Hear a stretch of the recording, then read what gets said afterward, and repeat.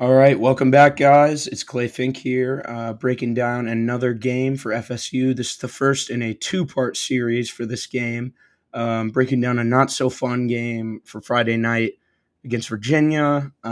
Tough double overtime loss. We're going to be starting off with the defensive film. I think we all know that at the end of the day, neither side of the ball was perfect, but you can mostly attribute what happened in this game to the defense. So let's just get right into it. This video is sponsored by Hot Water with Honey. I lost my voice due to Mark Stoops in Kentucky football, so bear with me a little bit here, and bear with the FSU football team as we watch a very underwhelming performance. All right, let's get into it. First play of the game. Let's see here. Run play. So on this play, watch Daryl right here stand up this center on the first play of the game. This is the backup center. Remember, their center was kind of the key contributor, probably the best player on their entire roster, not just offense. Daryl gets a triple team treatment here. He's about to get folded, and he somehow maintains his base. I'd like to set the record straight in this video about Daryl Jackson. That's something we're going to be doing. Additionally, not the best rep by James Williams. I do think we'll get to it. I think he's getting a little bit overhated, but I think it was a bad performance. But on this play, I'd like to highlight Daryl, and I'd like to highlight Edwin coming down, filling his gap, meeting the blocker, and kind of just stopping the defender in his tracks, and then Jerry filling from the side. So good reps there. We're going to skip to the end zone view. So I want you to watch Elijah Herring on this play, number 31 right here. You're going to hand the ball off, and I'd like you to recognize the amount of time it takes this 2-year starter, fifth-year player, I believe, maybe fourth, to recognize what's happening here. And because he takes so long, he overshoots his gap because they're trying to get lateral movement on the offensive front, and they do against a guy like Daryl. This was one of his few rougher reps. He gets pushed by the guard here. The center stays latched onto him, and Herring tries to fill Daryl's gap almost. You got to get right here. You need to get right here between Lyons and Daryl. And Herring catches himself in no man's land. First of many times. Earl does a good job coming up, cleaning that up. He's a bit inconsistent in this game in that regard, so. Oops.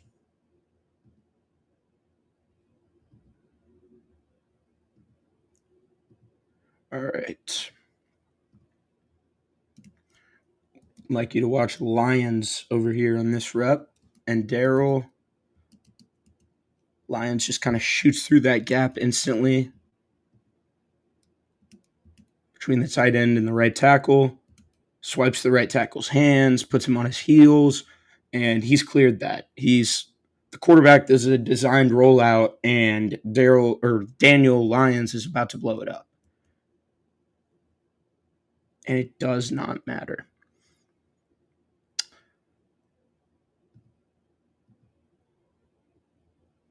Let me go back to I should have shown this view for this play. Okay. Edwin here. Watch the hesitation.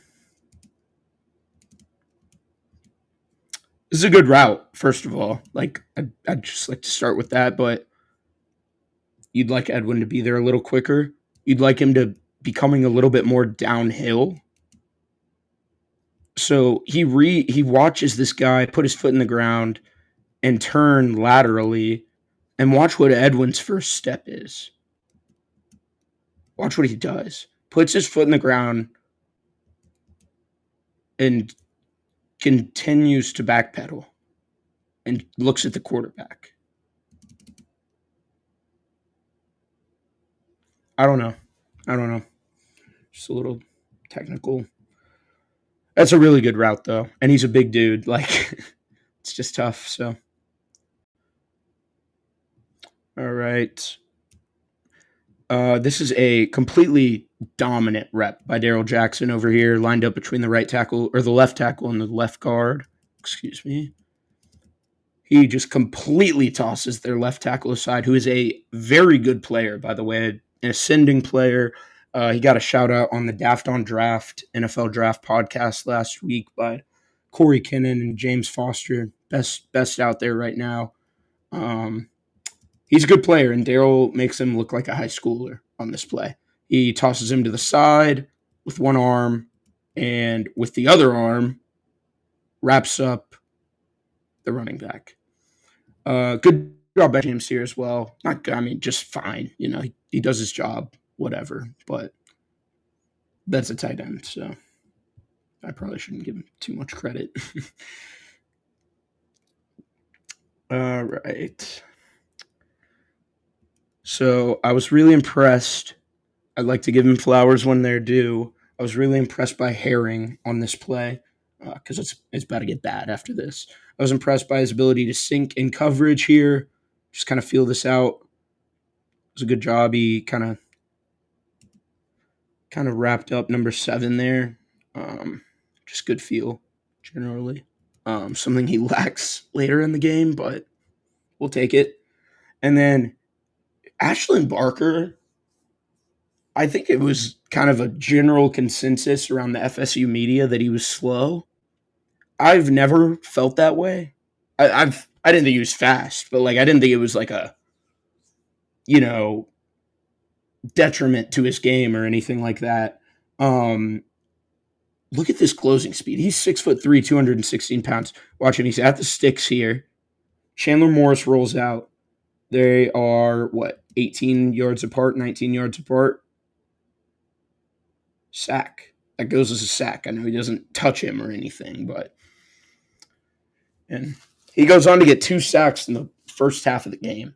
So, hey, shout out Ashlyn Barker. Ends up leaving this game with what appeared to be a shoulder injury and not returning. Mike said he's questionable for the game this week. And, yeah, he was on the depth chart, but he's super important. And it'd be big if they're missing him. He's been awesome this year.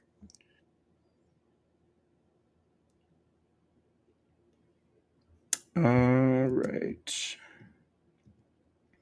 This is really, really good by Rawls. But I do think he got away with one. If you watch Rawls at the top of this route,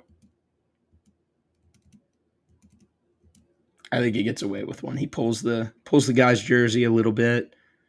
Eight's asking the refs, why didn't you call that? Unfortunately, we are going to have to start talking about James Williams over here. Or pass rushing. That's his bread and butter, but not on this play.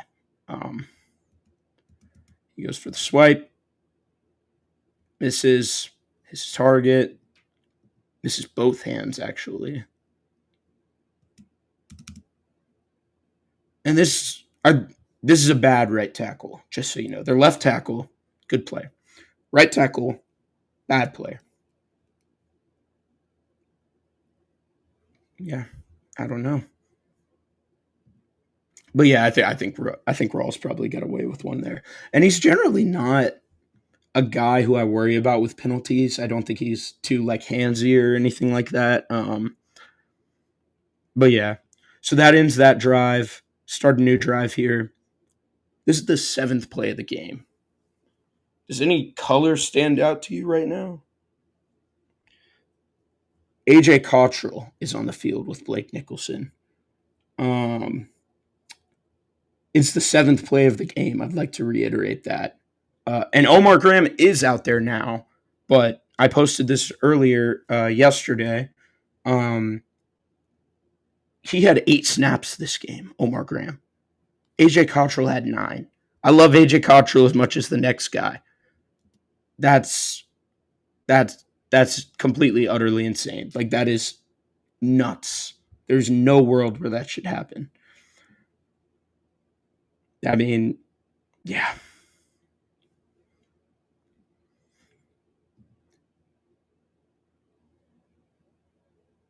Um, so Omar, I think Omar had some good moments in this game. I did not love this one. I feel like he's just lost. You have Jabril kind of sinking here.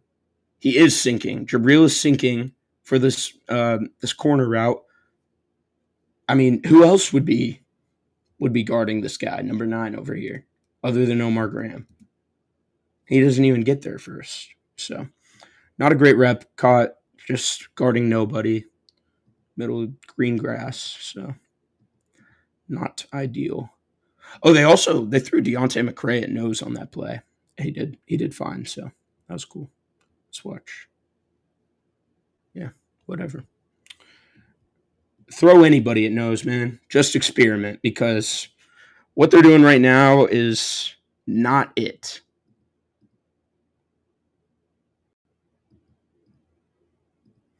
Okay.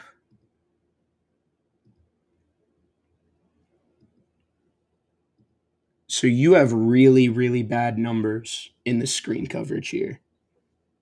You have a defender crashing down here. I believe that's Earl. And you have Edwin and Jerry out on the perimeter. They have 2 blockers and the screen guy. Blake takes far too long to recognize this play.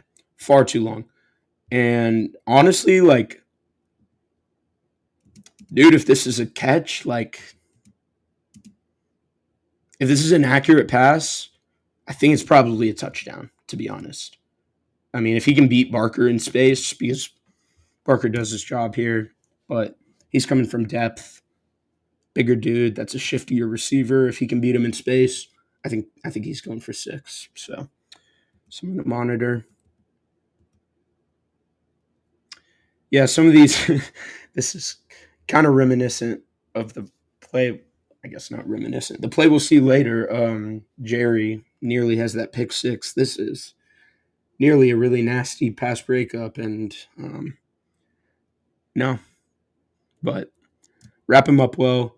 Barker is just flying around with his head on fire. Watch the quarterback's eyes here. He's moving in the opposite direction of this receiver. He watches the quarterback flip his head, puts his foot in the ground, and he's going. And he's going to meet that guy at the catch point, not after he catches the ball, at the catch point. And that's just like a phenomenal catch by number 7. That's awesome stuff. Their receivers are legit, by the way. I know they have the one who is ACC Receiver of the Week. I've already wiped all their names from my head. Sorry. But, all right. This is a really, really good rep by Earl. Pretty good by Daryl as well. Just kind of holds up at the point of attack, does his job. But Earl just triggers downhill. This looks like what he was doing in the Alabama game. Hits him. He'll remember that. He will not remember some of the later hits in this game from Earl. All right.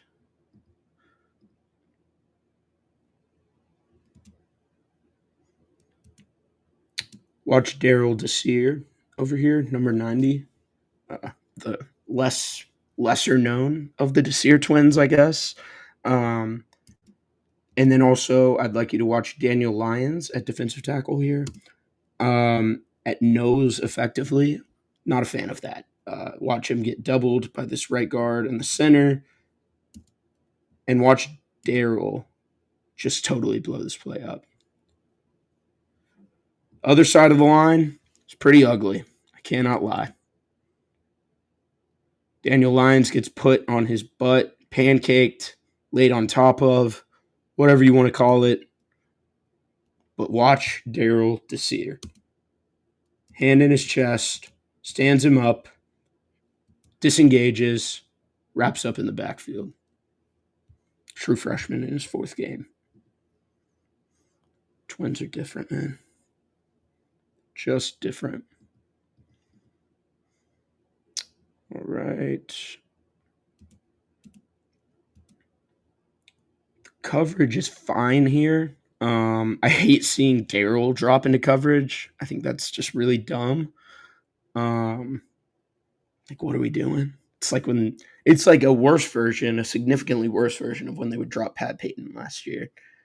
These linebackers are not good enough blitzers unless you're going to like really set them up for success with some sort of games or something to get pressure. Like, what's the benefit of having Juice bull rush their right tackle as opposed to Daryl getting a one-on-one with this left guard?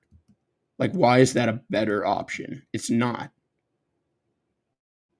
So why? And what is Daryl? I know it's all like deception. You're just like trying to mess with the offensive's eyes, but jeez, man.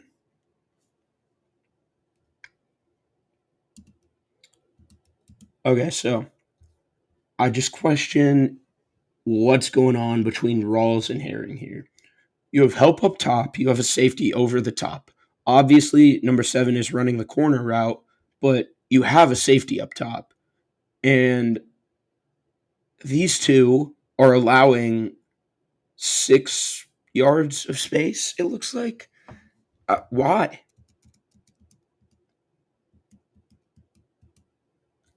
Great tackle. Don't get me wrong, but it's just once again, we're being hypercritical. You know, you lose a game, we're hypercritical. That's how it goes. So, great tackle, though. That was sick. The duo suplex. Jabril was phenomenal in this game. He played his butt off. Other one, no.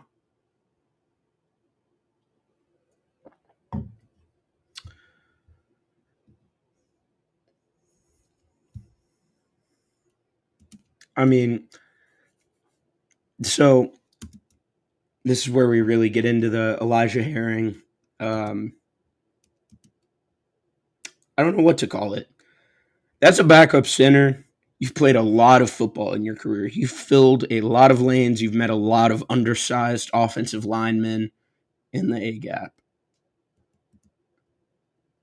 You just have to read that faster. It's not even like a strength thing, really. You just have to be there quicker. All right, so now that's out of the way. Let's get to the positive. We're going to watch Daryl Jackson, who's lined up as a 4-eye between the right or the left tackle and the left guard. They're running it to the right side. Let's watch what happens here. Whoop. He's 340 pounds. He's an 86-inch wingspan.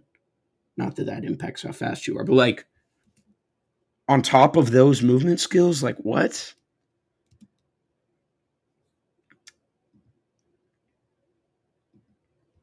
All right, so James kind of shoots this here, is able to get between the right tackle and the right guard, but once he gets into the backfield, he isn't able to slow down and try to pursue this back, and he kind of overshoots it. Earl takes a poor angle coming from up top. Oops. Earl takes a poor angle coming from up top and terrible tackling attempt. Yeah, this is going to be a theme of this game. I think Earl had like 11 tackles, but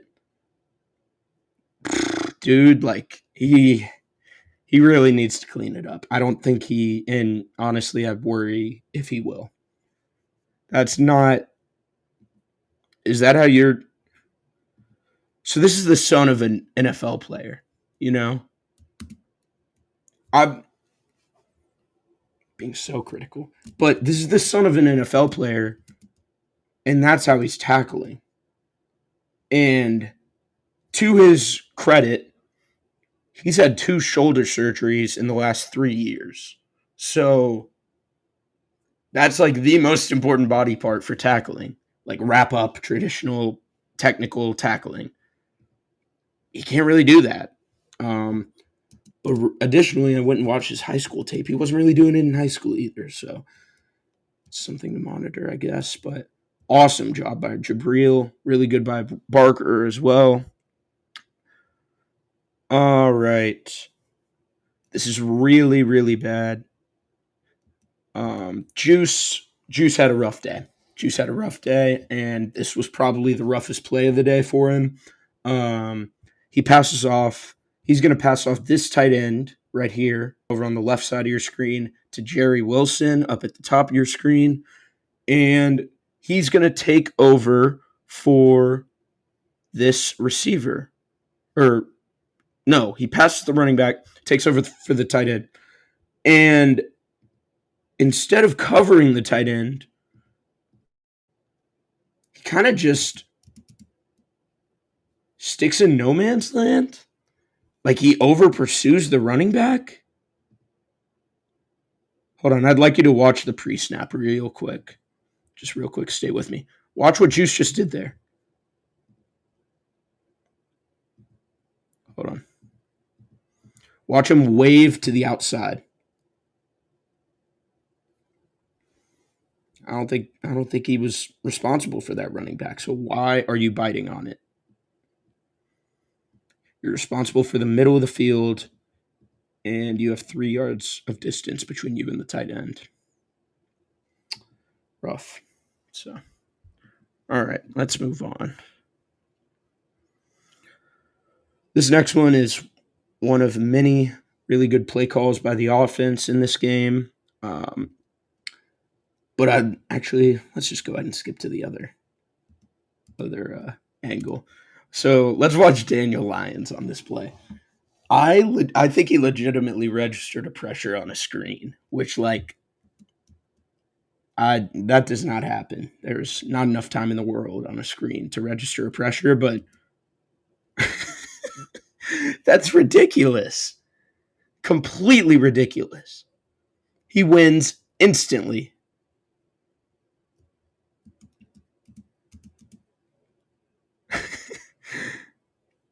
I mean, the quarterback is lucky that he did not bat that ball. So, good play call. They had numbers on the perimeter. Good blocking by their receivers. Yeah. All right. So, it's going to hit this comeback route to the tight end on the perimeter. Not tight end, actually. He's just a wide receiver. Wide. Sorry, not white. Well, this is really bad tackling. I think we've all seen Brendan's tweet. If you haven't, FSU had 15 missed tackles on defense in this game, which tied the most by a Tony White defense in the last 3 seasons. Not great. And quietly, they were not good at tackling against Alabama either. So let's watch this here. So Jerry is going to come down, try and get the tackle. It's shaken out of his boots. Same thing for Edwin. That's rough. Just cannot happen. That can't become a theme. You really need to clean that up ASAP.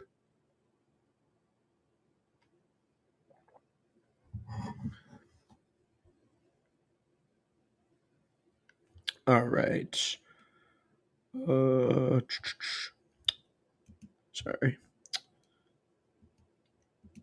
It's late. We're recording this late, so looking at the notes, I'm a little off right now, but really good rep by Jenkins here. I had written down.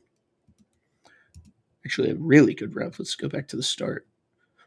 So he's going to get a little bit of a double team here, and he just totally stands him up. Not really a good base, but it works.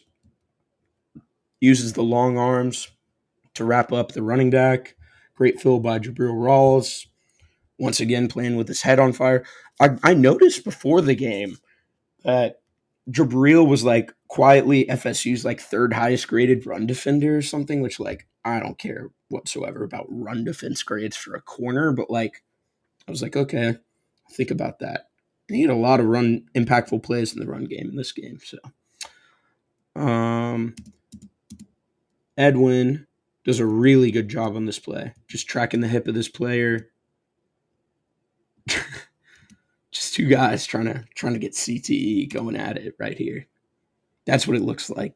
It's what you love to see. But a really good angle. I mean, he's filling from depth on that play. Let's see. We're going to skip. All right. Whole lot of communication going on here. And because of that, neither Deontay McRae or Daniel Lyons is set when the ball is snapped. Somehow, Jason Jenkins is set, but he looks slower off the ball than either of them. I know he's reading the play, but like, oof, Lyons just gets completely crushed because of that, and it's pretty much wraps after that. Good fill by Shaheem, though. I wanted to come away from this defensive film knowing whether I think Shaheem Brown played well or not, because he ended up being FSU's highest graded player on defense in this game. And it did not feel like he played well in real time. And after my rewatch initially, I still have no idea. So hopefully we can figure it out on this one. All right. So let's watch here. Darrell Jackson is lined up at nose right over the center. Let's watch him on this play. Ball is basically in this receiver's hands. Darrell is on the hashes. Pretty good. As one would say, Darrell Jackson, still good. I don't know who would say that. No idea. Juice gets juked out of his shoes here. Really nice move by number 3. I believe this is the back. Yeah, it's just my guy versus your guy.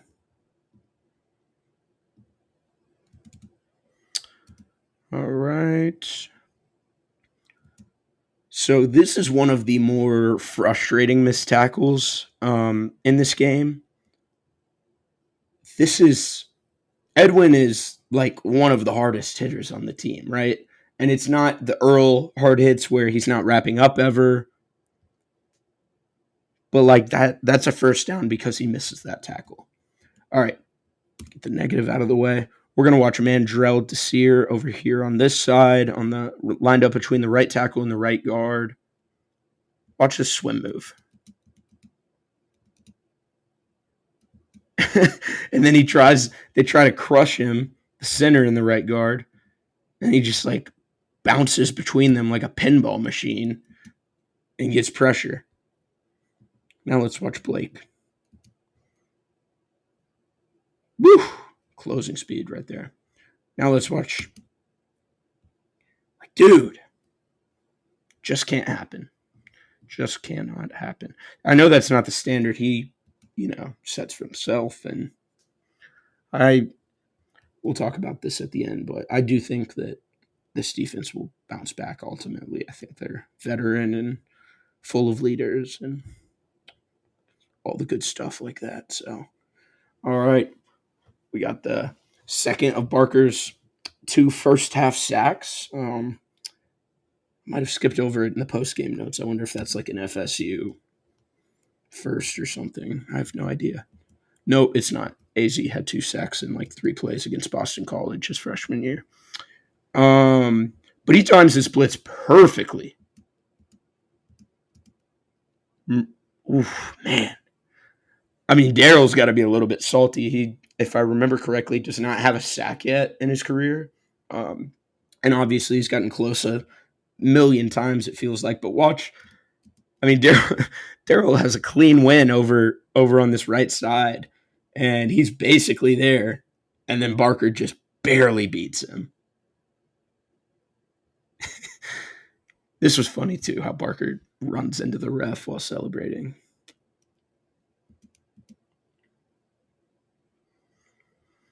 All right. So we'll watch the pass rush on the next angle. First, we're going to focus on Elijah Herring on this play. Where are you guarding? Why are you? Do you know that Ashland? What? Where? What? Where are you going? Why are you? Why are you sitting with Barker right there? I don't get it. I do not understand. He watched number 6 run past him, and he sits. All right, enough. We're gonna have plenty of other times to criticize that performance because he does have a pick though, so we'll get to watch that.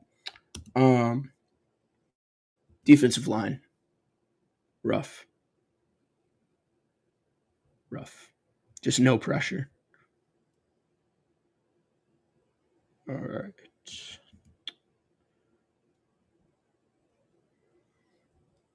You'll never guess who blows up this run play up the middle. You'll never guess. Big number 6, Daryl Jackson.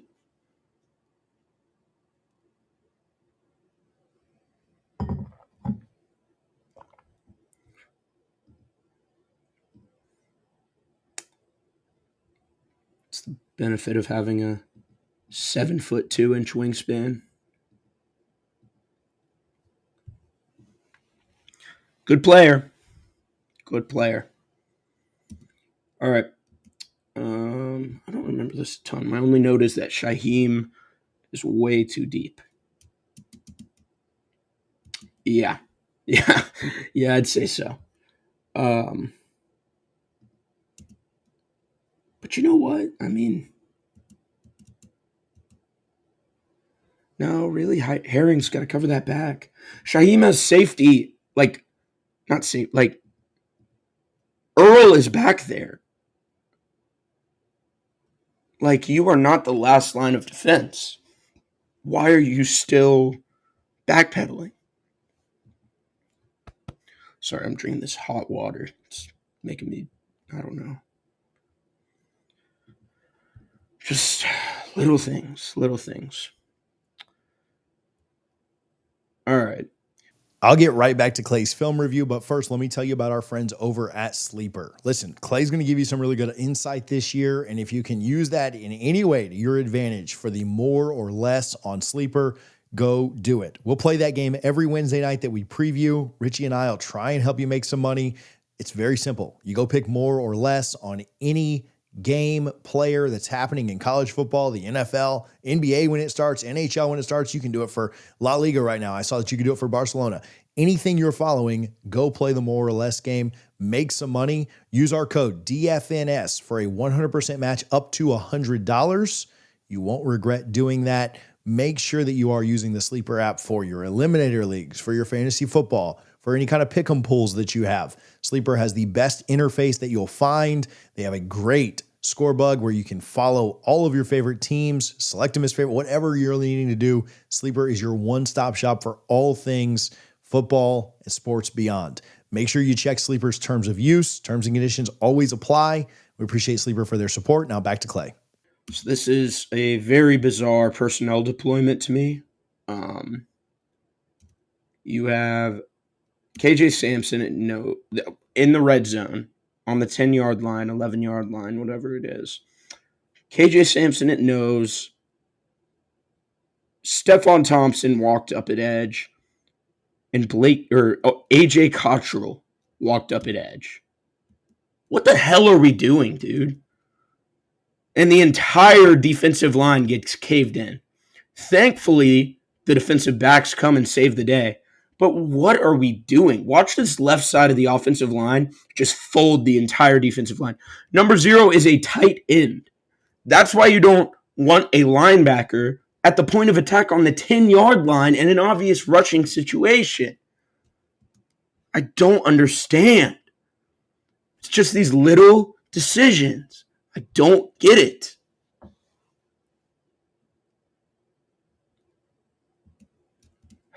All right. Next play. Basically, the offense just screws themselves over. This was a really, really, really gross play call. Maybe they just felt bad after the last play. But yeah, nothing's open. FSU takes forever to get pressure on this play, though. And I wonder. Well, hey, no, I didn't have that in my notes. I was gonna trash on Cottrell, but that's karma for me. I doubted him. I doubted the special teams MVP. He got the pressure on that play. So it took him a minute, but he got it eventually. Shout out.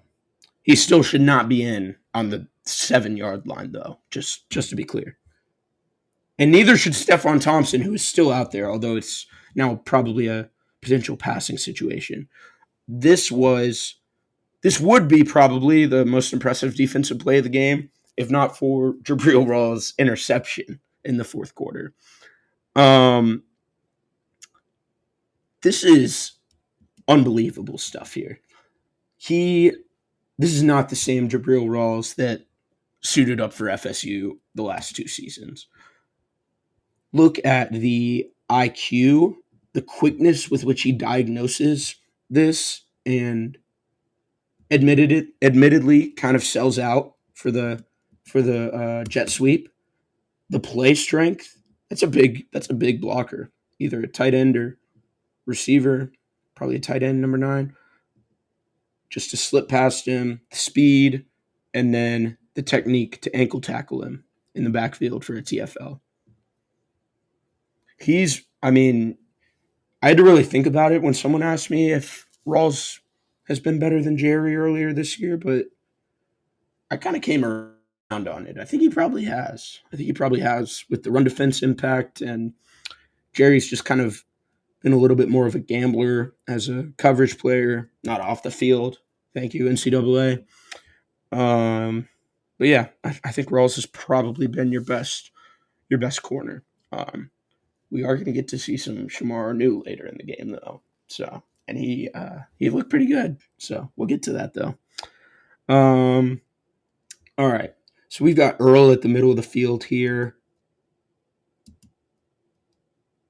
and I'd just like you to think about this here. So we've got man here on the left at the bottom of your screen, or the left side of your screen, guarding number 7. We have Barker coming downhill to meet this receiver over the middle. We have Jerry manned up with number 11 up at the top of your screen with a 2-way go. You know, I don't know what they're calling. I'm not the best at diagnosing coverages. I assume Earl is not supposed to be crashing down on this play with Barker already in pursuit. But he does. And the middle of the field is wide open. And on this play, Chandler Morse takes advantage of it with his legs. But for the most of the game, he takes advantage with his arm. So a lot of A.J. Cottrell so far. A lot of A.J. Cottrell. But, you know, he's been fine, I guess. It's whatever. Probably being a little too judgmental. It just don't get it. Like, I get it, but I don't know. I'm excited to see LaValle when he's healthy, though, for sure.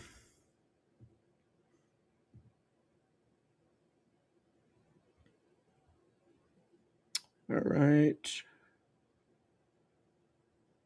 So, pretty good first step by James on this play. You'll see he gets some pressure against that right tackle.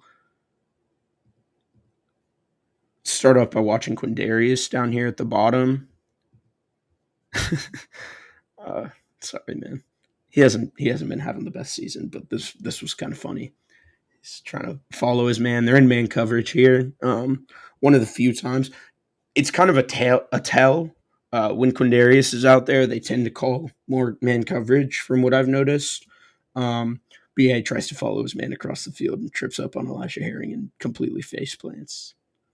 So,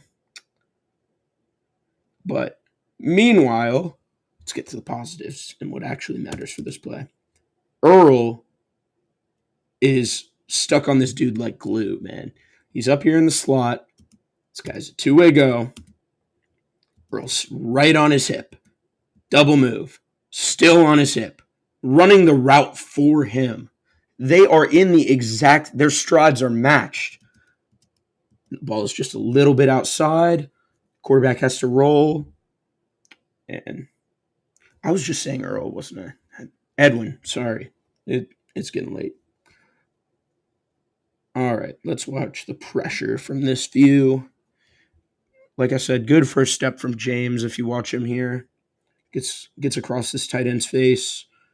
Good pursuit by Juice. Good effort. I know he's watched a lot of Chandler Morris as a native Texan.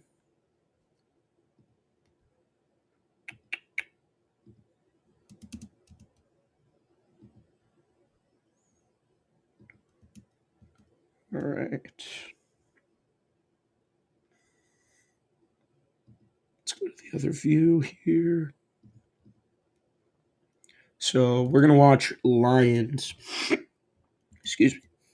We're going to watch Lions on this play. Sorry. We're going to watch Lions on this play. He's lined up over here, over the left guard. And we're going to watch James Williams. Just good pursuit on the backside as the unblocked defender. And really good rep by Lions. He gets in his blocker's chest, gets back, peeks back across from him, and is able to get a hand on the defender. Obviously doesn't end up getting the tackle, but James is there to clean it up, so it doesn't matter too much. So I posted this on Twitter, and I did have some thoughts. Is Herring covering the running back, like, if he runs a route? Maybe.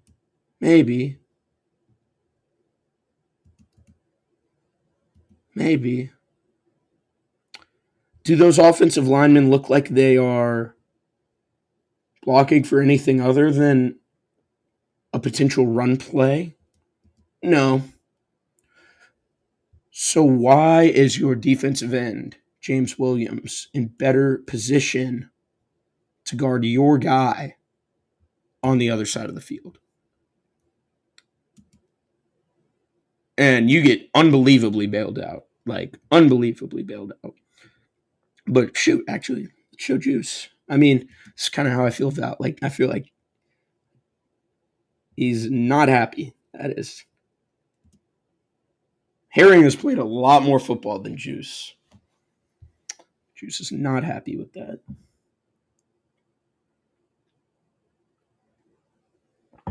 Probably the worst play of the game, to be honest. All right. So it seems like they're playing some sort of man coverage on this play, if I remember correctly. Yeah. So a little bit of mesh. We love some mesh. No, we don't. It torched FSU in this game. Q sticks with his man. Edwin is trying to pursue this guy across the field, but he's late to trigger. He's late to recognize what's happening. And so just kind of watch like what happens here because he's late. Not only does he get bumped by the receiver, he runs into the ref.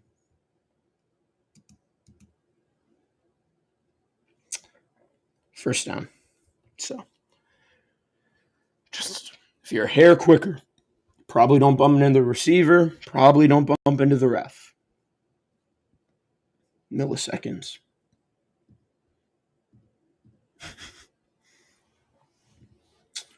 All right.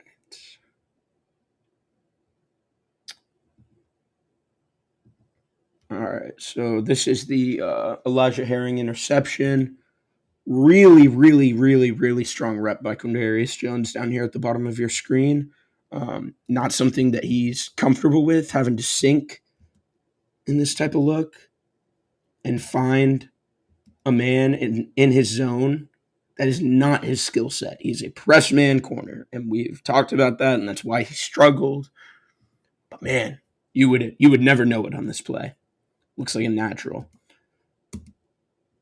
Also, I'm sure you all noticed this, and I just didn't in real time. Well, first of all, slow back pedal by Herring, but he does ultimately get there, and he reads it out pretty well, and is able to be in position for this ball.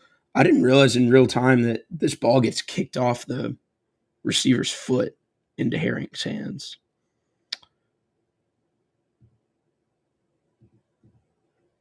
All right, so I don't really.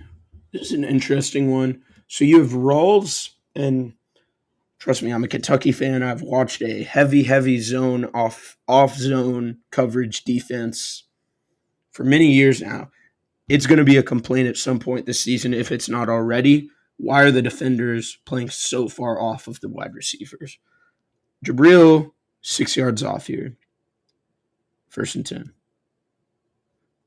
Now, is it on Jabril for giving him too much cushion in his back pedal? Or is that on the coaching for his technique and how he should be sinking and what his like landmark is and when he should be moving upfield? Or is it just on Jabril's like recognition and his eyes and his ability to change direction, put his foot in the ground and come downhill? I wish I could tell you, but something's wrong there because you should not be giving up 9 yards a play on that play. That's losing football. All right, I believe this is the first play that Amari's in. Oh, no, he was in on the last one. What am I talking about? Okay, yeah, we should talk about this. So we have Amari over here lined up against the left tackle. It's Amari Williams, tight end / defensive end / first player to score an offensive and defensive touchdown in the same game I don't know why I just said that. Score an offensive touchdown and get a sack in the same game in FSU history. He's going to get a little bit of a swipe. You just see the first step. He's a different type of athlete than you have from most of the guys in that edge room. Are you kidding?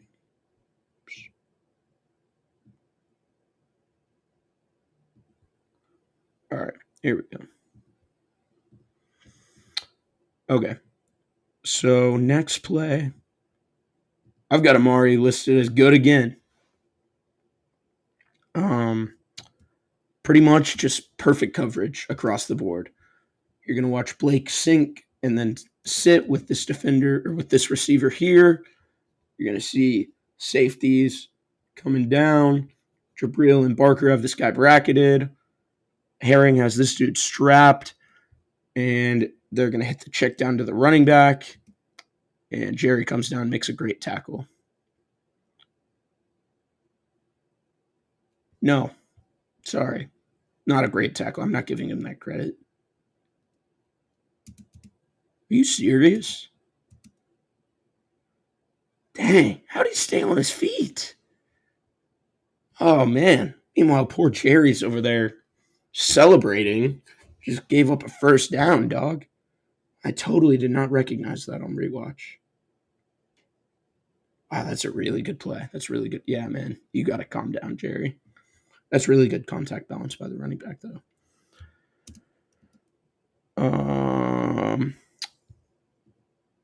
Let's see. So Jabril, it just seems like he's a bit too far off. And then when he sees the quarterback look this way, he slips and basically has no way of. I don't know if you all saw that. He has no way of getting there quite in time to like prevent the pass or anything. But it's there to make the tackle. All right, the real star of this play is Mandrell Desir. We're lined up between the right tackle and the right guard. You're going to watch him just dominate. And then watch the bend in his lower body. Watch the way he can turn the corner, go around the hoop, as one might say. Look how low his shins are to the ground. That is nuts. That's nuts. He's a 265-pound defensive tackle. Totally insane.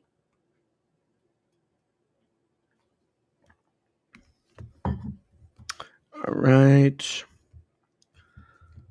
This is, Herring. Pretty slow to break on this. Really, really weak route by the tight end here, number 9. So you're going to see him come out, just run like a quick little 3-4 yard out route breaker. It's the only guy that Herring has to worry about here. See, they're pretty close together. So you can watch the tight end. It doesn't have to be a special route. You're just getting to a spot, basically. But Herring, like, what are you doing, dude? Like, what? Why are you like is there like a 6-foot pole, 6-yard pole attached between the two of you that's like keeping you away from him? Like, why are you like backpedaling? It's just bizarre. So odd. I love this Memphis film, man. Like, I just don't get it. You gotta figure something out in that linebacker room, though. All right, let's skip to the other view. All right, another completely insane rep by Mandrell Zasir right here, once again between the right guard and right tackle. Just completely insane technical, like, advancement at his age. He just stacks him up. One hand, hits a little knee drop, holds his base, wraps up with the other hand. Now let's watch Amari over here. Meets the puller, bounces off of him, gets back in on the tackle. Stuff. I posted about it. I think we all agree. I'd like to see Amari just focus on defense, man. Especially because Landon is not getting enough touches. All right. Some of that gambler mentality coming into play here with Jerry Wilson. This was a bizarre play in real time. Couldn't believe what I was watching personally, but just kind of that voodoo magic that it takes to win these types of games, and then just piss poor tackling afterwards. Just awful, awful, awful, awful stuff. It's like hugging him for 20 yards.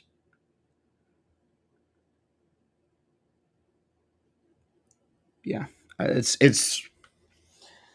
I've seen. I know people were talking about it being like a potential pick six. He wouldn't have stayed on his feet if he caught that. Obviously, he just wasn't quite there that quick, but it certainly would have been a pick. And I'm surprised it was not.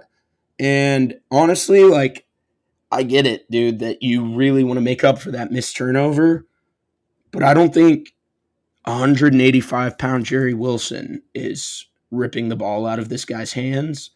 And I would much rather you drag him down in some way than try and rip the ball for the next 15 yards and just continue to give up ground, because that's what happens. Like that, he could have been down like 15 yards ago. But Jerry came up ready to rip the ball, not to tackle. So, all right, so this is the play where Earl, it looks a whole lot like that play where he comes down and meets the running back in the hole against Alabama, doesn't it? But that's what we're talking about, man. I get it. You're inflicting pain on these running backs, and he probably did feel that, but not enough to knock him off his feet. And as soon as Earl hits him, he is a non-factor in the play, because he's not still wrapped up and dragging him. He's on the ground, like laying down, because he doesn't use his arms when he tackles very often. So,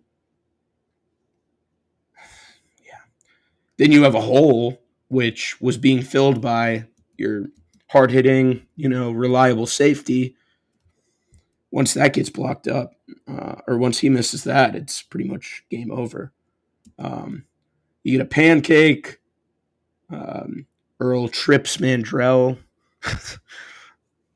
It's a really ugly play, really bad stuff. And I think that kind of is when I realized personally that like we might not get to watch the same Earl Little Friday night that we'd been getting to watch the past 3 weeks. All right, this is the other view. This is one of James Williams' best reps on the year against the run, I would say. He's quietly racked up a decent amount of run stops, but I don't know, dude. I know you all probably don't want to hear it from me, but I don't think he's like. Is he what we thought he'd be? No, not yet. Surely, I mean, and will he be? Who knows? But I just think we're kind of looking for something to blame. And is the alternative better? I don't think it is. Probably. Um. So yeah. Sorry, I just got in a tangent and didn't even watch that play. So yeah, he's over here with the tight end, sheds it. It's lateral. Mandrell kind of gets driven off the ball initially, but then he swipes the hands, is able to get detached from the offensive lineman, and is able to get in on the tackle. All right. This is like one of my favorite plays of the game because it just kind of shows like Daryl and Mandrell. Oh boy, better drink this hot water. Excuse me. All right. Just showing like Daryl and Mandrell, like the two total freak athletes. Mandrell, let's just roll the clip. He plays like a veteran. Meanwhile, Daryl was, in case you forgot, Daryl was over here. He was on the outside of this guard just a second ago. Now, 340-pound Daryl Jackson is between him and the center. And now he's going to spin back to try and get back in the tackle. All right, now we're pivoting to Mandrell. So lined up between the center and the left guard. I think it's pretty impressive. I'll have to look into the numbers on this, how often they've trusted 262, whatever he's listed at, pound Mandrell to play as like the A-gap guy. So, I mean, and he's held up. He picks this up instantly, dude. Instantly. He sees everyone getting crashed in on the left side, and he just backs up. He's just going to hit a quick step back, and I'm going to get lateral, and I'm going to meet this running back in this massive bubble that's been created over here. And then he's not going to miss the tackle once he's there. Let's be real. Also, Jabril Rawls probably doesn't have any bones in his body on this play, I think. What is that? Oh yeah, and he turns around 180 degrees and gets in on the tackle, by the way.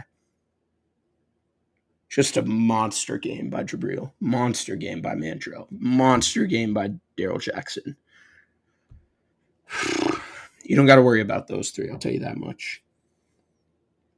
I will admit, by the way, I'm part of the live watch worry about Daryl Jackson fan club because it's hard. Like, even as much as I love the O-line and I like to watch the O-line, like, you just don't always see it from those angles, and there's so many other things happening. It's hard to notice a guy's impact when he's really not able to show up in the stat sheet. Oh, wait. Actually, I want to show the passing for this because this is another mesh. Shocker. It's like it's working or something. I don't know. So Juice here. And then we've got Edwin out here, I believe. Or no, that's Jabril. Edwin's up top. No, why did I write about it? I don't know. But yeah, mesh. Oh, shoot. He's right there. Edwin's at the bottom of your screen, and there's just no communication between Juice and Edwin. Sorry, that was bad podcasting right there. I mean, there's some communication. They're talking about something pre-snap. Juice has got a lot to say. Just watch Juice on this play. There's something's happening. I don't know what, but something's happening. But clearly, also, dude, Heron, get that stupid towel out of your pants, man. Like, look like you took it out of the hotel shower. Making me mad, bro. Look like you got a tail, bro. Come on. It's ridiculous. Better be playing good for that. Just caught right there. I mean, good recovery. You know, it is what it is. I also had a note about Daryl being strong. Let's see here, lined up over here. Oh, yeah, he's bullying that guard. I mean, he almost forced an incompletion on that play. Looks like Chandler. Oh, yes, that's right. This is the play where Chandler Morris hurts his thumb, and Virginia goes on to impose their will on the FSU defense with 9 straight runs for a touchdown. So let's get into it. Run number 1. All right, let's see. Oops. I have down that Daryl. Yeah, so Daryl is dominating. He is. I would say that's right. But Herring sells. Let's say that's also right. So Daryl is obviously filling this gap right here. Excuse me. So where should Herring be? Let's say this gap. He's unblocked currently. He can fill whatever gap his heart desires. But he chooses the one that Daryl is currently in. Because of that, he misses a tackle, gives up 3 more yards. That's how you get a 9-play sequence of runs leading to a touchdown. So we've got KJ Kirkland in there at safety. He did not play a whole lot. This is just a really good play call, to be honest. And there were a few of those in this game, and there's a few of those in every game where one of the coordinators just outmatches the other. I mean, Tony White's done it in this game. So poor angle. I guess we'll cut to the other. I mean, we've been talking up Jabril in run defense all game, but not on this play. So that's a good move by Lexington native Xavier Brown as well. But yeah, good recovery there by Kirkland to clean that up. All right. Probably should just skip to the other angle for these runs. All right, we've got Xavier Brown in there again. Daryl Jackson just completely dominating up front. We've got Deontay McRae folding in this tight end on the backside. Let's see what happens here. So Daryl is all in the backfield. He has to bounce it. McRae can't quite wrap up, but he's going to track him down and make the tackle. That's really good effort from the big man. He's been awesome. I need to post, but I think he has like the 4th highest run defense grade in the entire country among defensive ends. So, and he was a great run defender at Western Kentucky as well. Okay. So this was interesting to me, and it's something I sort of started to note. I don't know what the deal is. This is a pretty obvious rushing down, I think. Why is James over here on the left side, lined up against the left tackle, so consistently doing these inside moves? Like, is that what he's being coached? Or I don't know. I don't know. It's very odd. It's very odd because like you need him to set the edge, obviously. Is that him thinking it's a pass rush? What is it? And then additionally, I had to go back to this angle. Really bad angles by all the safeties.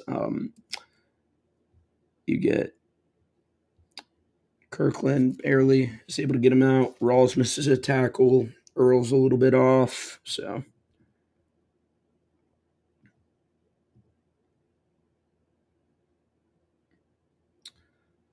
All right, this is another pretty good play call. Get out in space, lots of good blocking in space. Herring almost can make an awesome play. He's so close. So close.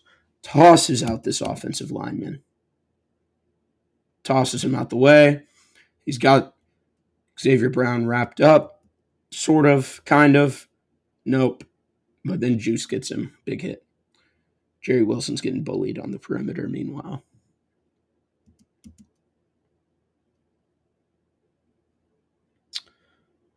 This is ugly. This is very ugly. Lions is going to be over here, and he's going to get put in a spin cycle. That is not the way that your helmet should be facing. I should not be seeing your last name. Yeah, Kirkland kind of takes this over a little bit. He meets his blocker and disengages, is able to make the tackle at the second level, but not before they get a good chunk of yardage. Q, meanwhile, just gets bulldozed.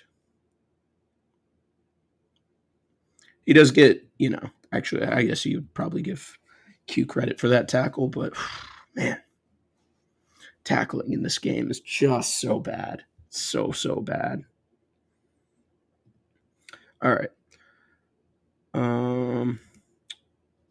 We've got Jaden Jones over here on the right side. They're going to run towards him. He's with this right tackle. We've got awesome angles and awesome effort. Awesome job disengaging by Ashlyn Barker over here from his blocker. And Stephon Thompson as the unblocked guy just pursuing this ball carrier. And he's going to make an inside move, and Jaden Jones is right there to wrap him up. Really good effort. Good play. 2-yard gain.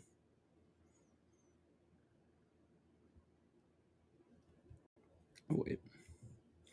Keep forgetting these are all run plays. So we're going to watch Jaden Jones again. Awesome story, as we've talked about, I'm sure, on here. Just kind of caving in his guy just a little bit. He should probably be getting more reps. So let's watch Barker up at the top. He kind of gets right past his blocker, comes downhill, hits him.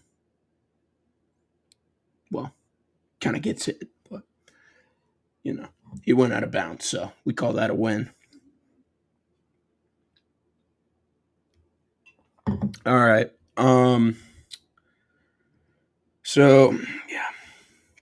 We're going to watch two guys over here. We're going to watch Earl, and we're going to watch Daryl Desir. I think he's in there somewhere. Oh. Are you?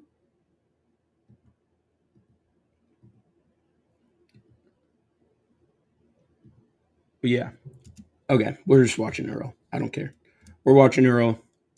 This is a good play call, but bites super hard. And granted, if he doesn't bite hard, it's probably a touchdown if they give it to him. But, man, just no chance. There's probably a picture out there that looks like the Miami picture where Earl is diving on the ground from that play. Just kind of the nature of it. He tackles like that. All right. We're back to actual passing. This is one of the best plays of the game, to be honest. Good coverage, good pass rush. Nobody really gets home, I guess, but it's enough to speed up the internal clock just a little bit. And he overthrows it. So good effort by Q. I think that's Jerry. Yeah. Nope, that's Q. All right. Oh. All right. You might notice a new face in here. We've got Shamar New in the mix. Unfortunately, we're going to be watching right next to him by Quindarius Jones.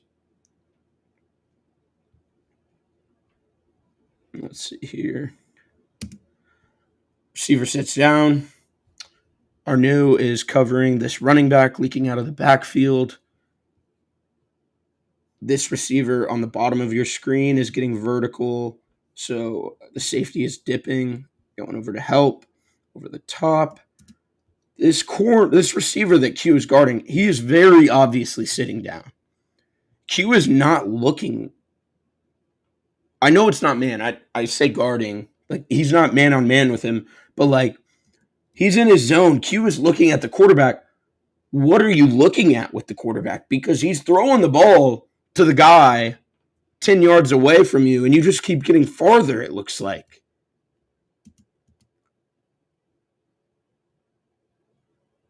I don't know. He's there's a lot to work through in this scheme for Q, I think.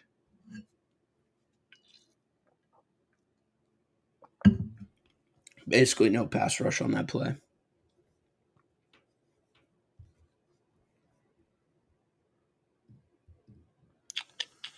All right, this is the attempted trick play they ran. Deontay McCray is lined up over here by the left tackle. He just completely blows it up. Just watch him right here. Recognizes what's happening instantly, gets over there, forces him to run. You're not Deuce Span, man.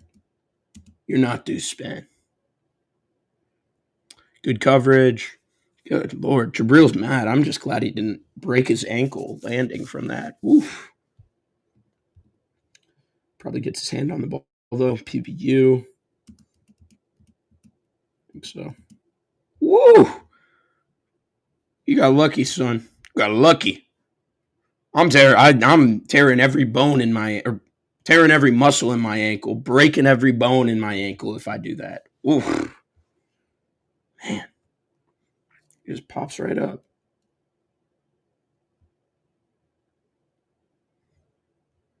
Oops. Let's watch the other. Oops. All right.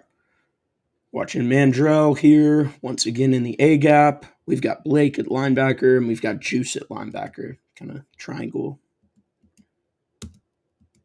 Back's going to come in. Mandrell's going to stack up his defender. Juice does the same. Blake comes in as the unblocked guy. Cleans it all up. Good stop.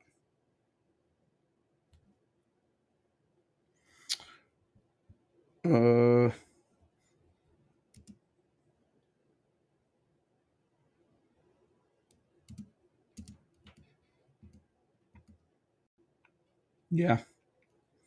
Rawls, once again. Juice as well. Just really read this play pretty much instantly. And that's... Look, man, if you're going to lead with your head, use your arms at least, you know? Like, at least Jabril is using his arms. Is he putting himself at risk for targeting, or not as bad, but still bad, long-term brain injury? Yes. But, you know, you got to do what you got to do sometimes. And sometimes that means leading with the crown of your helmet. Guess what play they're calling? Mesh. Guess what play the defense is running? Coverage. Man coverage. Man coverage. I'd like to blame Quindarius for this. So, and shout out to, I forget who called out the bunch formations. Oh shoot. Forget who called out the bunch formations, but I've not been talking about that enough. The bunch formations, especially for mesh, have been killing them. On this play, it's a man concept, and you have Q lined up with this outside guy in the bunch. You have Blake lined up white on white, and then you've got Edwin on this slot receiver. this guy that Q is guarding on the outside is going to be the inbreaker on this mesh to match this guy at the bottom of your screen. That's a lot of bodies that Q has to navigate through to follow this dude across the middle of the field. Like I can't even. I'm supposed to be mad at him for this. Like he's just put in a terrible position. That's awful, awful. And I mean, honestly, all things considered, he does a pretty good job of taking a good angle and still getting there in a reasonable amount of time. But oh Lord, it's really the I brought up Tony White calling man against mesh as if Tony knows they're running mesh. He shouldn't be calling man much at all, but definitely not when they get into a bunch formation. You have to have something you can. I don't know, dude. I didn't play defense. I don't know. I'm not like a mastermind of coverages and like how you adapt your coverage pre-snap, whatever. Definitely don't know by Tony White's standards, but yeah. Okay. On this play, it's going to be a bad rep by James Williams. But good job by Shaheem and Daryl Jackson, not Daryl Desir. Sorry. This lineman tries to just kind of knock Daryl's feet out from under him. He's not impacted. He just comes flying across. But really, honestly, well, okay, let's watch James first. I mean, pretty much just runs himself out of the play. He's setting the edge. Yeah, I don't know. That's generous if we're calling that setting the edge. But this is a really awesome job by Shaheem right here. That is no guaranteed tackle. And then a great effort by Daryl Jackson to get over there in time to actually make an impact. All right. So on this one, we're going to watch Blake Nicholson here. He's going to come flying in on this run play to get a really nice stop. Times up the snap perfectly. He was already moving, and he's able to shoot this gap between the left tackle and the left guard, get into the backfield. And despite the fact that this running back changes direction, the fact that Blake is already in that backfield gives Edwin Joseph, who already beat his blocker, a chance to wrap him up. That's good team defense. They've had a pretty good run here of a few good plays. I mean, there's been a few bad sprinkled in. I mean, obviously, but last 8 out of 10 or so, I'd say, I think, have been good. I don't know, something like that. Okay, so on this play, and this was definitely a bit of a concern. Well, I think we're all concerned with the linebackers in coverage after this game, but Blake was really slow to register like route concepts. I thought throughout the game, and so you're gonna see him here take just too much time. He's already broken outside. This guy that he's guarding here in the slot, and it's just a little too slow. It's a half second too slow, and then he and Rawls just both. It's like you're walking down like a narrow hallway. One of you's got to go around the other, and you do the leaning back and forth. Looks like they were doing that a little bit. Run right into each other. That's the step the receiver needs to get on Rawls to be open, and yeah, then they decide they don't want to tackle him. So Shamar Anu comes in and cleans it up. Really, really good stuff by the freshman as well. Playing as a deep safety. That's a lot. Hey, shout out. They got Shamar Anu. It's the last man. You gotta have some trust in your true freshman to do that. You can see why there. That's a really strong tackle. So I'm super excited for his career. I think they got a really good one in that recruiting evaluation. All right. I just have written down Blake and Lions really bad. So that's going to be over here, lined up across from the right tackle next to Daryl Jackson. Oh, yeah. Yeah, that'll do it. So they're both going to end up on the ground, I think. In fact, maybe on top of each other. This running back puts a little bit of a move on Juice in the backfield. Juice, good lord. Is he parallel to the ground? He slows him down. Yeah, wow. And then Earl ends up making that tackle. What a play.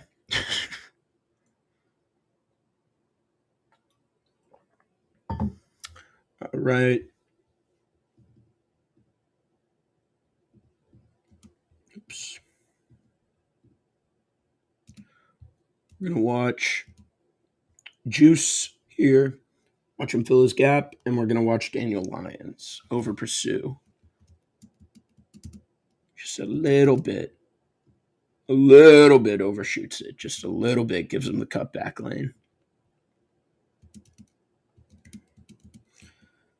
You see here, Juice sees that. Realizes what's about to happen. I had to put my foot in the ground. I had to get back lateral. And I got to cross this offensive lineman's face. Puts his foot in the ground, hands in his chest, stacks him up, gets his left arm free,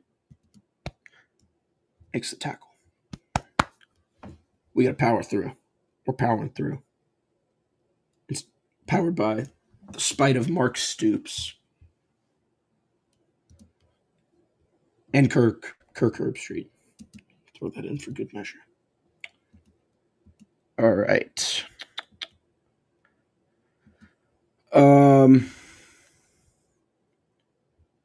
So we get mesh again. I know we're stunned. Not out of a bunch this time, but mesh again. And you will not guess who is going to get lost.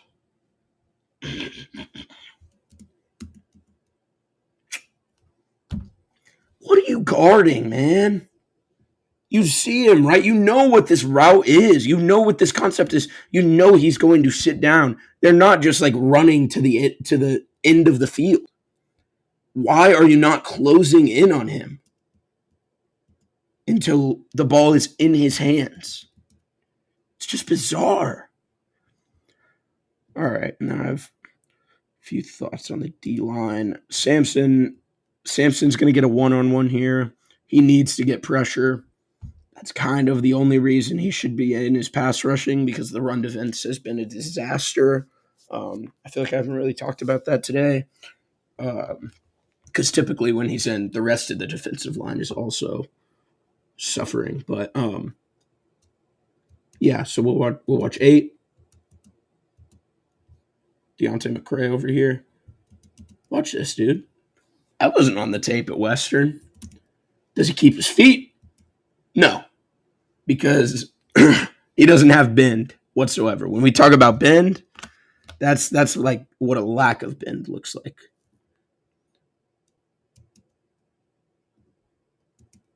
It's an awesome rep, and then just doesn't quite have the ankle flexibility to stay on his feet there. So, really good, but the hand usage is certainly something to build on.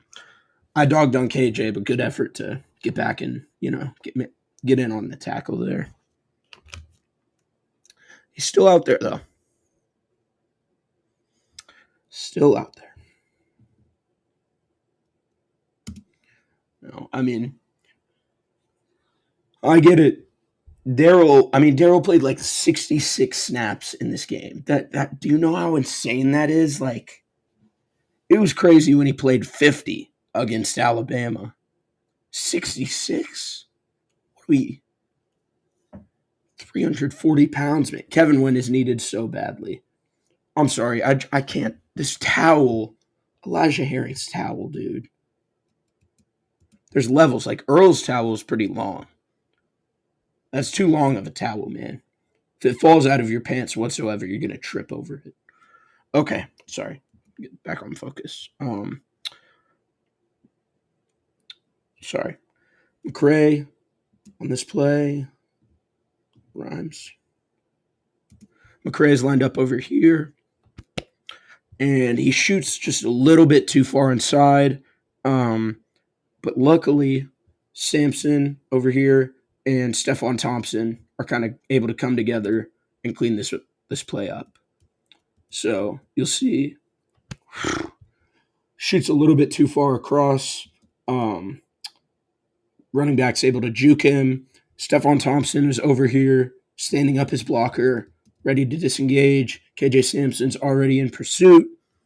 It's a good wrap up. What was that? Did anybody see that? Look, man, I know he was your best player on the team the first 3 weeks. Just raising red flags. This is not how you tackle.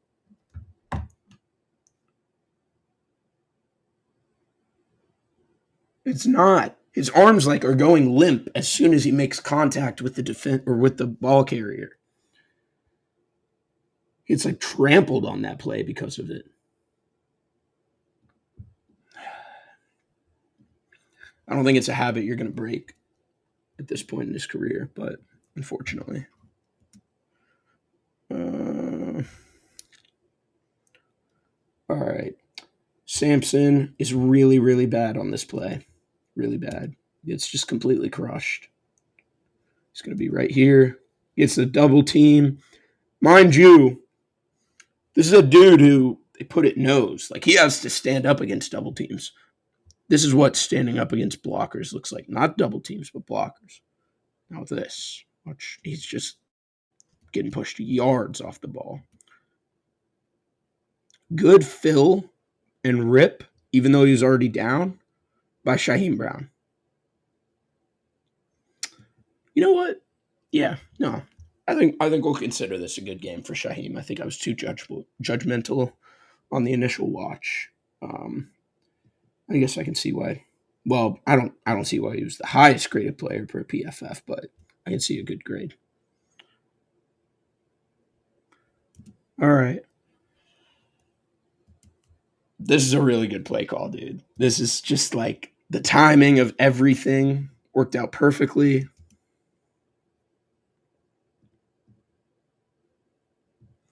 Okay. I don't know what much you can ask for. I mean, unless you want them to know what's happening. The one thing I will say is it kind of looks like Shaheem is getting held here, and he sort of complains about it after the play, but should have won the game. So it is what it is. But yeah, I don't really know what the alternative is on that play to win. All right. I think this is kind of the crown jewel of number 31's performance in this game. So he's going to be man-on-man with this running back, Xavier Brown, Lexington, Kentucky's finest. And he's going to run a wheel route. I just want you to watch the amount of distance throughout the play that number 31, Herring, is maintaining between him and his target. And as a non-football player, I'd like you to let me know. You think that's typical? You think that's probably the best angle for that? Do you think? I'd say no. I did not play linebacker. I know it's hard. I know these running backs have an advantage. They know. But man, now we got them hitting TikTok dances while the light show's going on. Sad state of affairs. There's just what is the optimal? What route could he possibly be running, the running back, where it's optimal for Elijah Herring to come down that quickly? Anything? Is there anything? Maybe a quick screen, a quick little dump off pass right there. That's literally it. Why are you sprinting full speed at him? Yeah, I bet you are mad. I bet you. Man, y'all should have seen me watching the Kentucky game because I'm getting mad watching this film review. This is my third time watching the game. All right. On this play, just classic Daryl and Daniel Lyons taking over. Daryl's at nose, directly over the center. Daniel's at 4-eye. Daryl's going to take the double, just completely eat it, split it, and Daniel Lyons is going to just completely detach from his blocker, get his hand free, wrap up the ball carrier. Good stuff.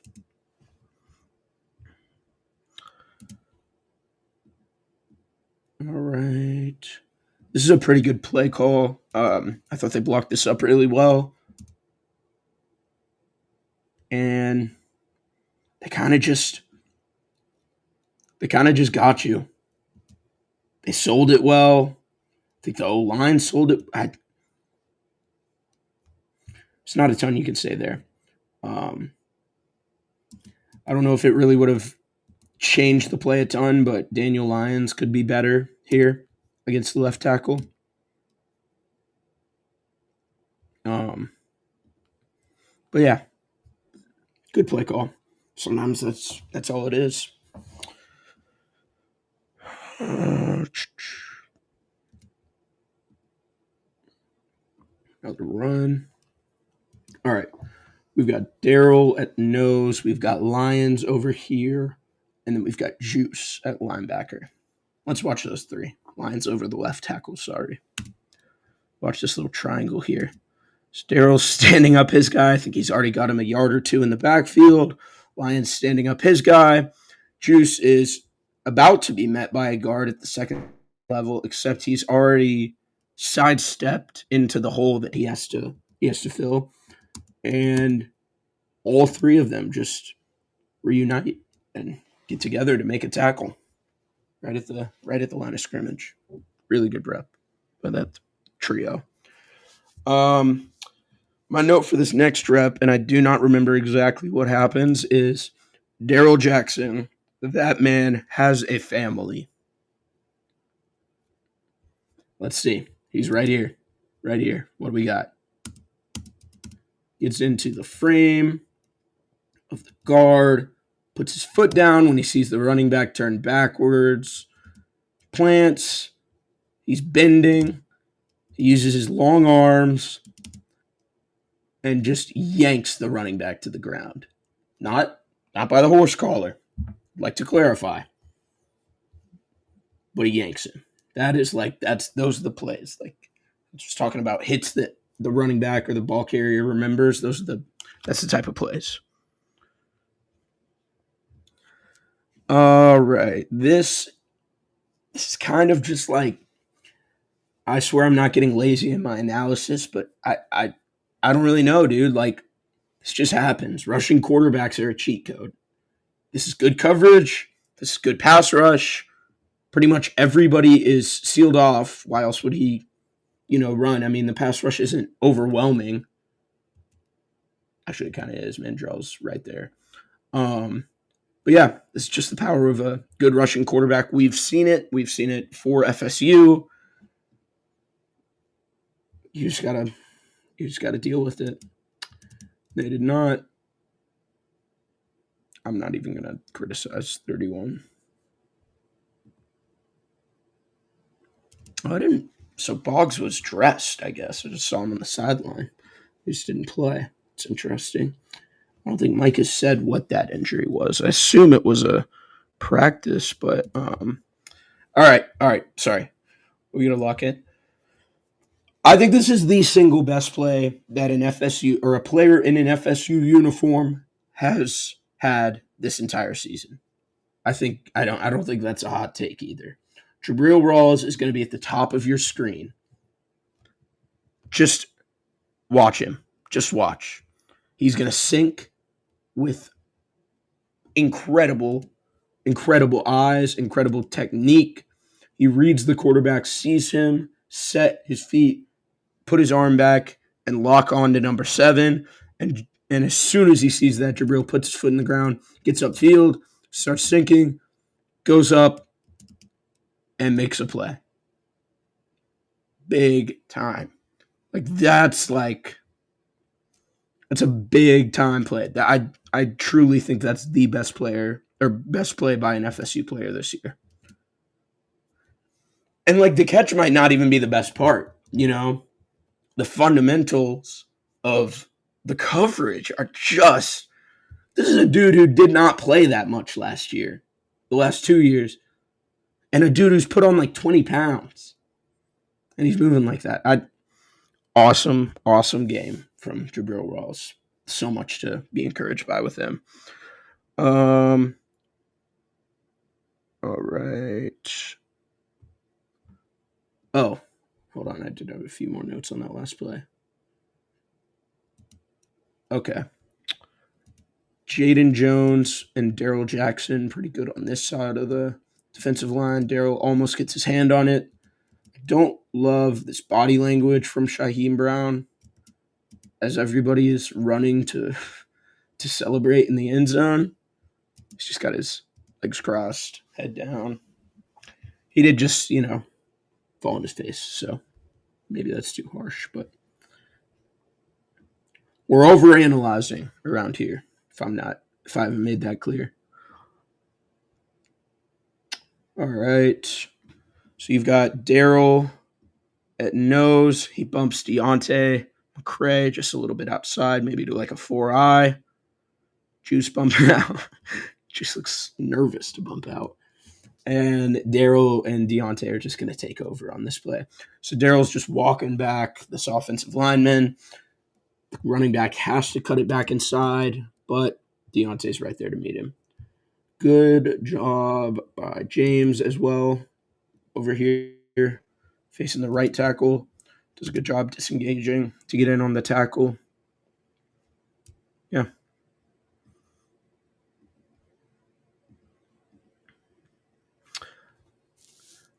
So on this play, once again, Daryl Jackson over the nose, or is at nose. This time Deontay McCray is out at the edge. Daryl stands up his man. Shocker. Deontay's unblocked. This is a 280-pounder. Deontay gets back there pretty quickly. They're able to. I mean, he's still holding his ground against that defensive tackle. Watch that. While they're making the tackle, he's still driving him backwards. He's hype after. He's celebrating. Deontay's celebrating. Yeah. Good vibes. Overtime for now.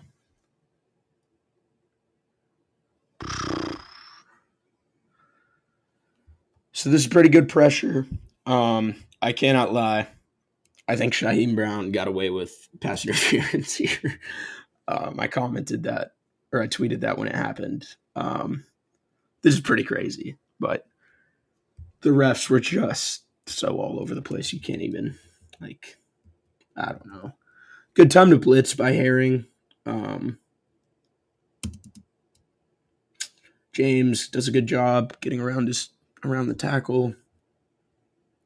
Good eyes by Edwin. But yeah, that's totally pass interference. Right. So on this one, they're going to blitz Edwin from the nickel spot. And that leaves just Jerry Wilson up here at the top, out on that side. Edwin doesn't really do anything. He gets met by Xavier Brown. And Jerry, who's really had a tough time tackling at points in this game, comes down and hits this guy pretty hard. So that's encouraging, I think, just sequencing. The fact that at the end of the game, 80 plays in, that's when he's really hitting hard, I guess that could also be bad, but I think it's good.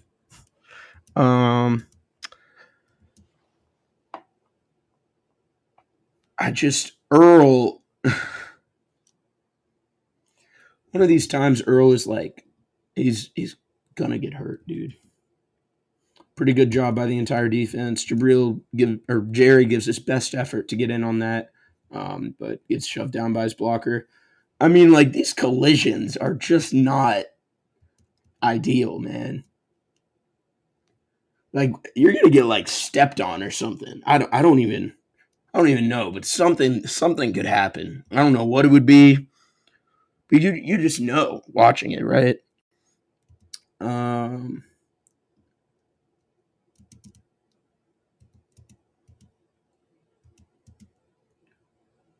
let's see. Oh, this is the one where okay.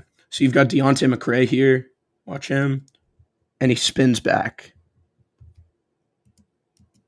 for this tackle. Really good play. Reads it, knows where the back's going. He can't see him right now, but he's going to spin back anyways. Good fill by Herring. Good job. After a rough game, that's a good rep in overtime. All right. We got some Wildcat. Fake the toss to the quarterback.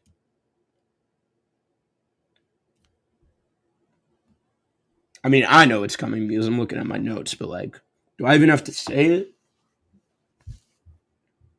I think he was only charted with 3 missed tackles, but like, oh, well, there's a flag. Who's the flag? I don't remember if the flag was on.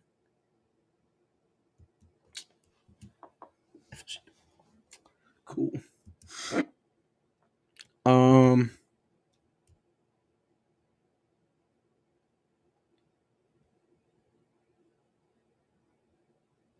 Yeah, this is just a I don't know. I don't know.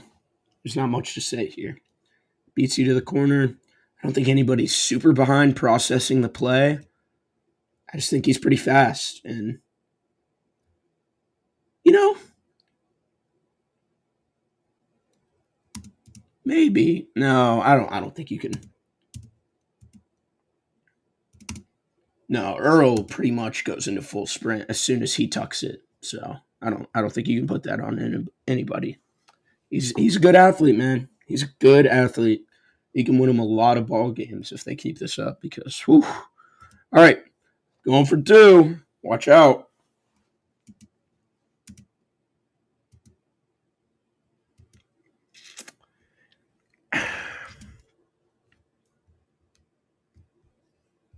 So, this is really I just don't understand like what the thought process is here. Jerry, the leverage that he's playing with, like he's giving up. I don't know, man. I don't know. I might be overthinking that, and it's just he's a good receiver, and that's a dime, and he caught it, and I don't know. I don't know. I feel like he really. Oh, we got Donnie Hybrid out there. That's awesome on the last play of the game. Makes a ton of sense. Yeah, I don't know. But all right, so last play of the game, but real quick, we need to look at Mandrell. I believe he is over here, lined up over the right tackle, and between the right tackle and the tight end. Nope, that's Daryl. Even in pads, they look the same. Mandrell is over here on the left, lined up against the left tackle.